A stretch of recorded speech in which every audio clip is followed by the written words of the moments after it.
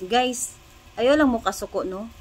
Pero kung musimba unta na mo, ayaw na lang punta na mo pagdala sa inyong anak nga maglisod mong disiplina sulod sa simbahan.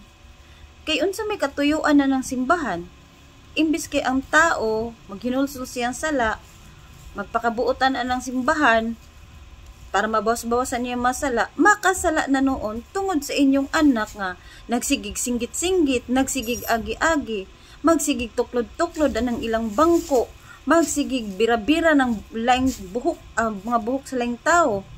'Di ba? Imbes kay ang tao nagsimba, mag-focus, usa nga makasala naman hinuon kay masuko naman sa inyong anak.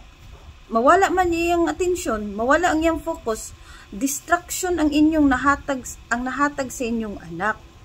Ayaw na lang po doon tana ninyo dalha kung dili na ninyo madisiplina.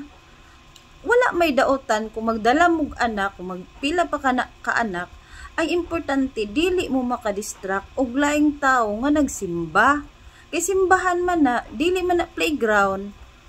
'Di ba? Kung di mo makadisiplina, kung maglisad mong disiplina, ayaw na lang ninyong dalha. Ana lang. Ayaw lang mong kasuko.